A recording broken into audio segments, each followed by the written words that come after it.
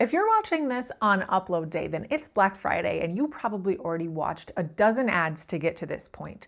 All corners of the internet are screaming at you to spend your money with them because this is the day to do your consuming for the year.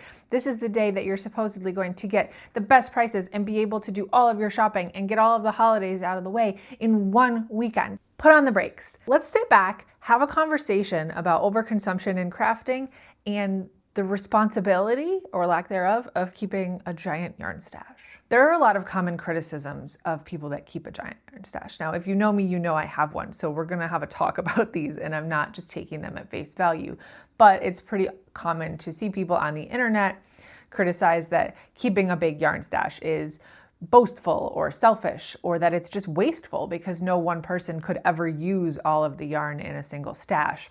And a lot of people, I think rightfully, find it difficult to stomach the idea of a giant yarn stash when a lot of the people on the internet that are pushing them or showing a giant yarn stash have affiliate links with yarn companies in the comments, and it doesn't seem to be a coincidence that they like the idea. So I want to talk about why, for me, it's beneficial and appropriate and, in my opinion, responsible to keep a giant yarn stash. Of course, there are a few disclaimers that go with this. First of all, not everybody has the resources, whether it be the space in their home or financial resources, to be able to do this.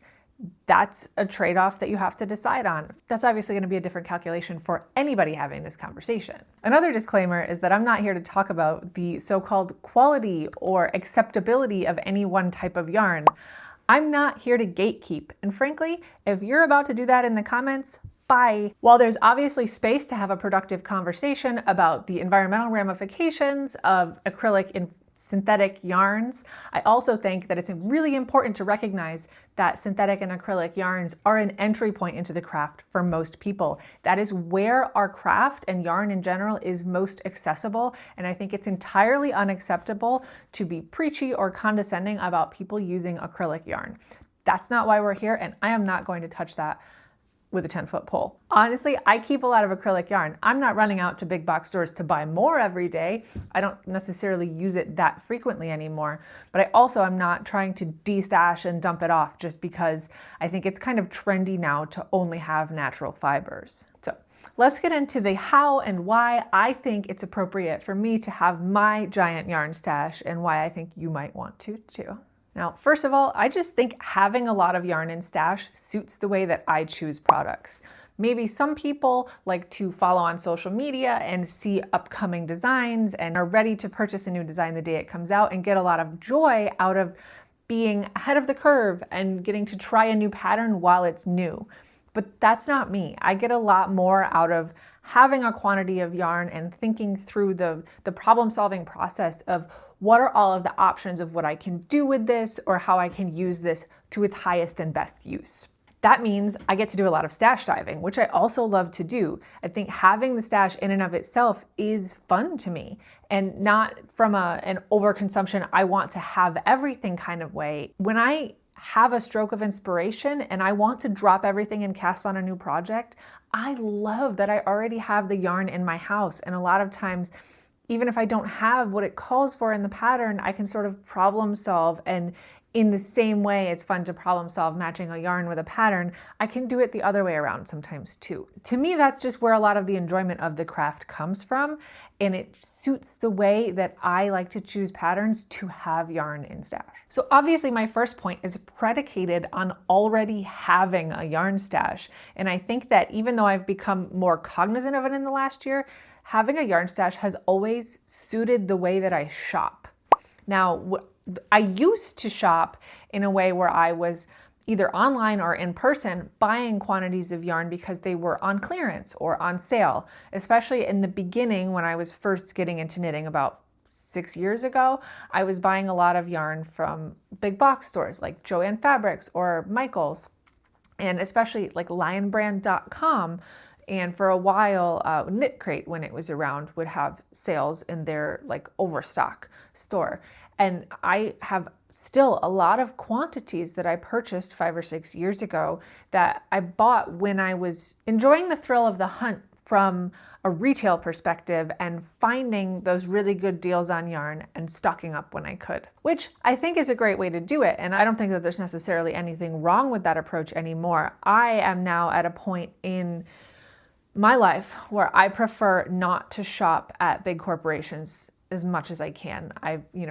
If you've been following along with my thrifting this year, you know that I've really had a shift in my perspective, and I'm trying to reduce overconsumption and underconsume as much as possible, which means I am trying to buy as much as possible secondhand, not just in my crafting supplies, but in my life on the whole.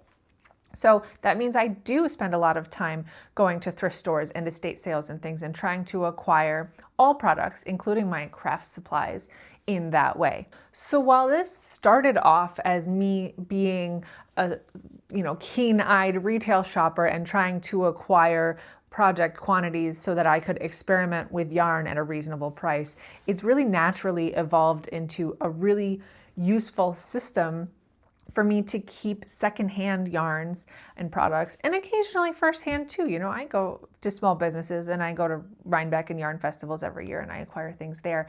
But it's become a useful system for me to sort of curate those quantities that I think I will use or enjoy and keep them on hand for when I'm ready to use them. And I think curate is a really key part of that thought, because I like to think of myself as the steward of my yarn stash. I mentioned earlier how a lot of people criticize the idea of keeping a big yarn stash because no one could ever possibly use all of that yarn. They're right. And I don't have any illusions about someday using 100% of my stash. I don't think I will.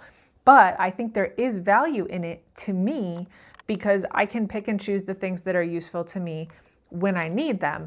And there have been many times where a yarn, maybe I didn't use it for what I originally bought it for or what it was intended for, but I found a really great use for it later. And I'm not in a hurry to, destash and dump off a bunch of yarns that I've had for a long time just because I don't have an idea for them today, because I've had a lot of experience with coming up with an idea later and being really pleased that I had something on hand that would work for it. In the same vein, that's why I don't think it's wasteful to keep a yarn stash, because sure, it seems like it's going to waste and it's just sitting around and not getting used. Frankly, it's not perishable. It's gonna be good. Half of my yarn stash came from other people's yarn stashes, and it's still good. I don't think there's any harm in holding on to something, even if you're not sure if or when you'll use it.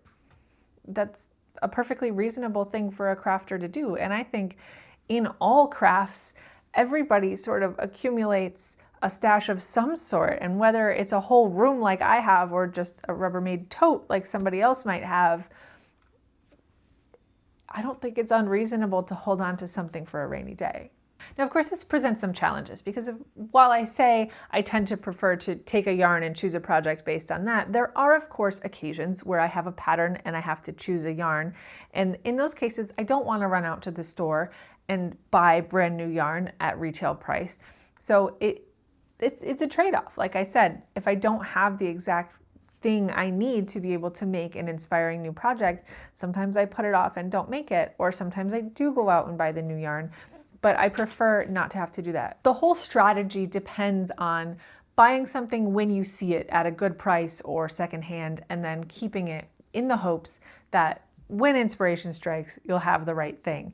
And of course, that's not always going to work out 100% of the time, but I think it's working out the vast majority of the time for me. So my third point, possibly my most obvious point, and a point that has kind of been the elephant in the room since the second point I made, is that this strategy saves so much money. Like I said earlier, it's a trade-off. I give up space in my home to spend less money on the yarn, and that's something that was an easy decision for me to make because I have the space to sacrifice, and I would rather not sacrifice the money. It's going to be a different calculation for everybody, but for me, it's a no-brainer to be able to save that money by buying yarn only when it's on sale at a small business or when I find it secondhand. Like I mentioned before, it doesn't work for me to constantly stash down and get rid of yarn when I decide I don't want it for what I originally purchased it for. That's not to say no one should do that. Obviously, everybody has their own needs as far as space and financial management, and maybe it makes more sense for some people to sell off a quantity they're certain they'll never use in exchange for that space. I think it's proven more valuable for me to hold on to these quantities for years, even if I'm not sure I'll ever need them. Now, I have this, at this point, infamous haul I did years ago when Christmas tree shops ended up with a great big batch of discontinued yarns from Lion Brand. I still have a bunch of those in my stash, and I'm not sure I'll ever use them, but I have used them for a bunch of projects that have come up over the years. And to me, they have more value as potential in my stash than they do to, discard them for whatever I could sell them for or whatever space I would recoup from getting rid of them. So I'm going to continue to hold on to them just in case something comes up. Again, the yarn's not going bad. If I don't get to it, someday someone else will have it. At this stage, I think it's worth it to provide some examples of projects that worked out, because choosing to buy inexpensive yarns and hold on to them until you're inspired to start a project later can oftentimes really, really save you a lot of money. For instance, I wore this pressed flowers pullover today. Now, when I was inspired to do this project, I could have gone out and bought the yarn quantities that I needed.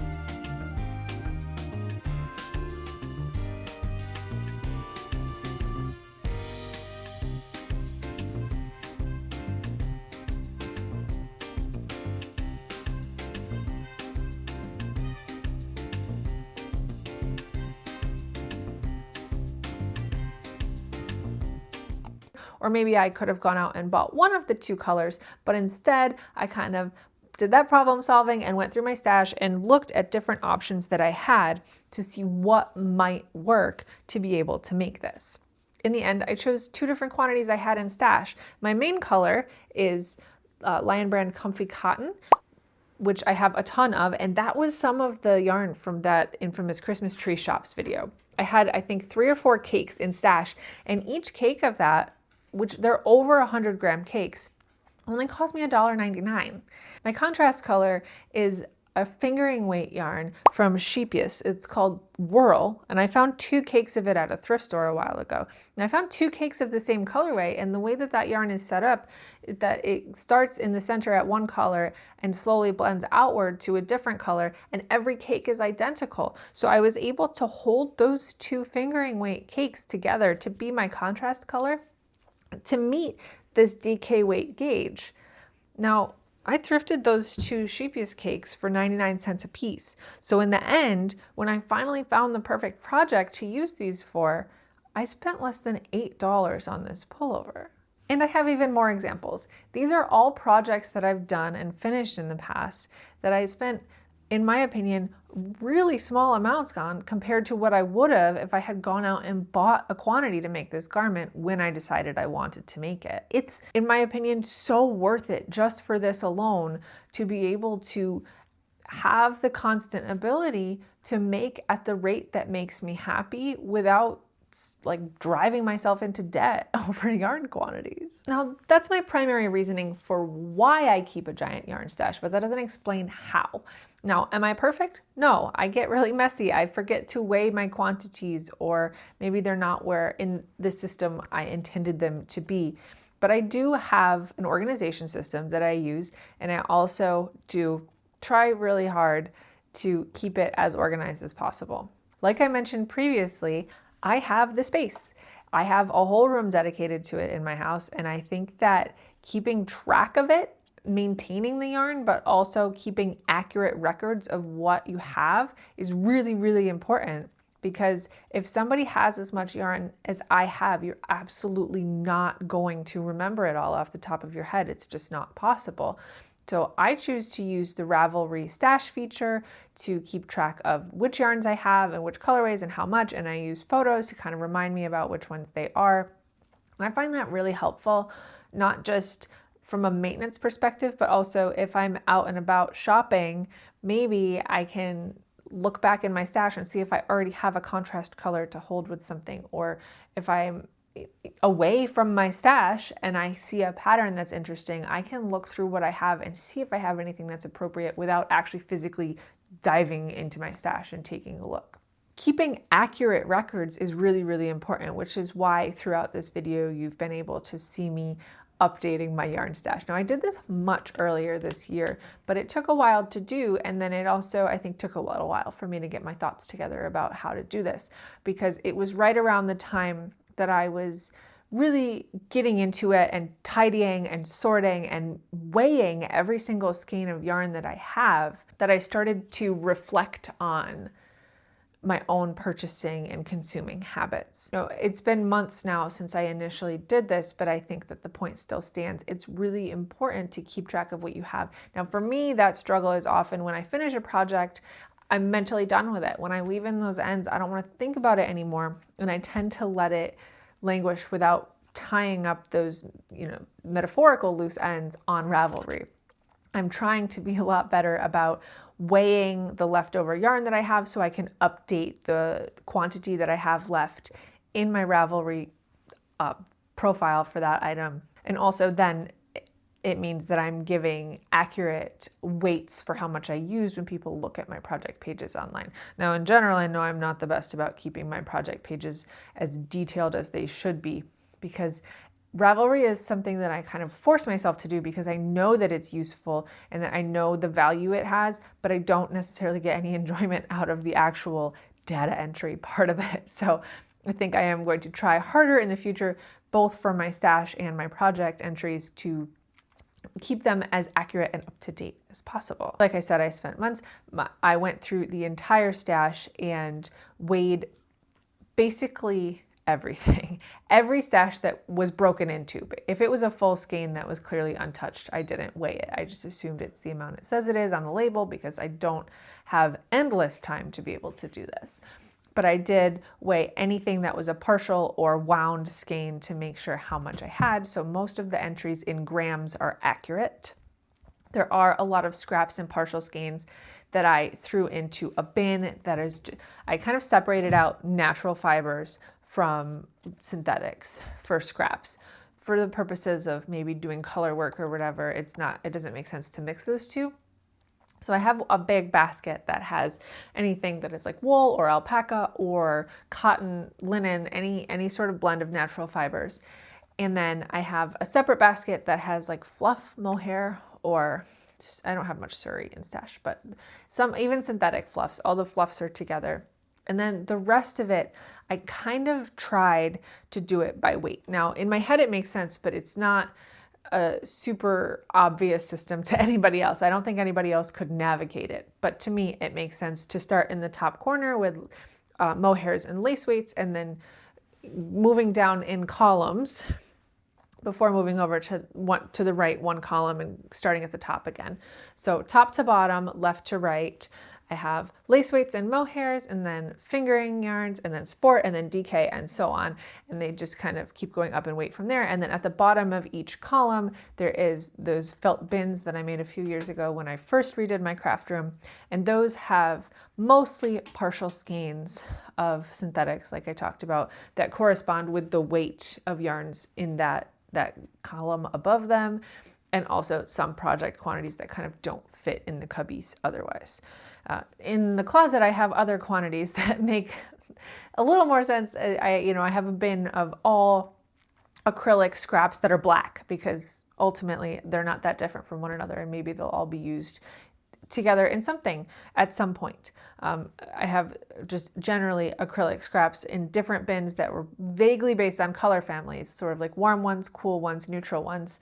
And even just the process of sorting these out while I was going through my yarn stash, I found inspiring.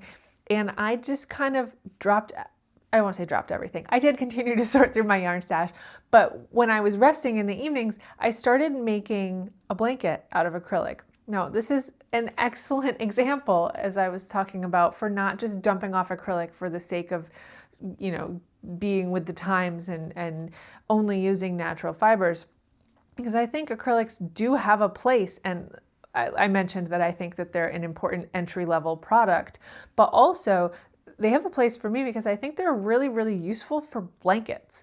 While I'm not making garments out of them most of the time anymore because I don't think it's very breathable and it's not something I want to wash on a regular basis because of the microplastics it produces, I think making blankets out of acrylic makes a lot of sense because, first of all this acrylic yarn already exists in my stash, right? I'm not going out and buying more, like I said, but discarding it or disposing of it is not going to help the microplastics too much trash in the world problem because it already exists. So using it to the best of my ability is, I think, the best way to keep track of it. And while I was going through it and sorting all of the scraps into the different color bins and stuff, I got inspired and I cast on the Hugo Burst blanket by Mallory Crawl, and I actually finished it really, really quickly. I think that's the fastest I've ever created a blanket because I was starting to have so much fun mixing and matching the colors.